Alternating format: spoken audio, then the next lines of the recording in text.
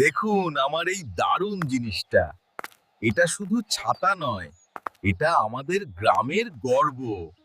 কি রে বলদপুরের বলদগুলা, অবাক হয়ে দেখছিস কি? এমন ছাতা তোরা বাপের জন্মেও দেখেছিস? আরে পচু, তুই তো কিছুই বুঝিস না। বুদ্ধি ছাড়া কি আর দুনিয়ায় চলা যা? শোন পচু, এই ছাতায় আছে অটোমেটিক সেন্সর। রোদ হোক বা বৃষ্টি, একবার সুইচ টিপলে সব আমার হাতের মুঠোয়। ওরে বাপরে, ডিজিটাল সেন্সর তো উল্টো কাজ করছে। পচু ধর ধর, ওরে আমার ছাতাটা উড়ে গেল রে। পচু, এটা হলো ডিজিটাল ছাতা। রোদ বৃষ্টি সব আমার হাতের মুঠোয়। মামা, এটা চার্জ শেষ হলে কি বৃষ্টি আমাদের মাথায় পড়বে? আজ ইন্টারভিউটা ফাটিয়ে দেব।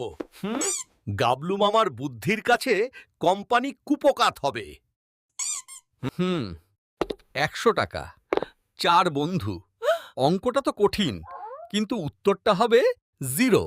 গাবলু সাহেব, 100 টাকা 4 বন্ধুকে ভাগ করে দিলে প্রত্যেকে কত পাবে?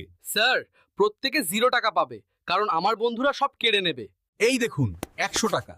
এটা যদি আপনার 4 বন্ধুকে সমানভাবে ভাগ করে দেন, তবে প্রত্যেকে কত পাবে?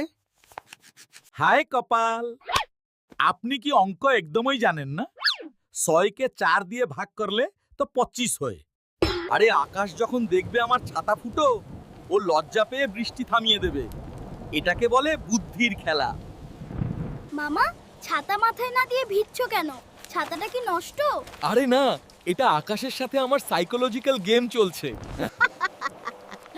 মামা, তুমি কি পাগল হলে?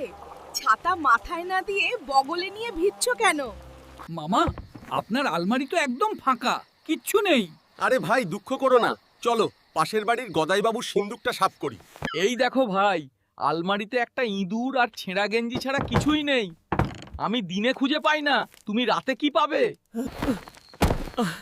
আরে পালাচ্ছ কেন ভাই? পাশের বাড়ির গদাইবাবুর সিন্দুকটা তো এখনো বাকি।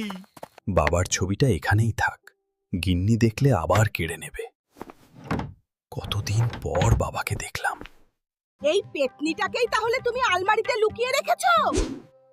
ওগো গিন্নি, শোনো, ওটা পেতনি না,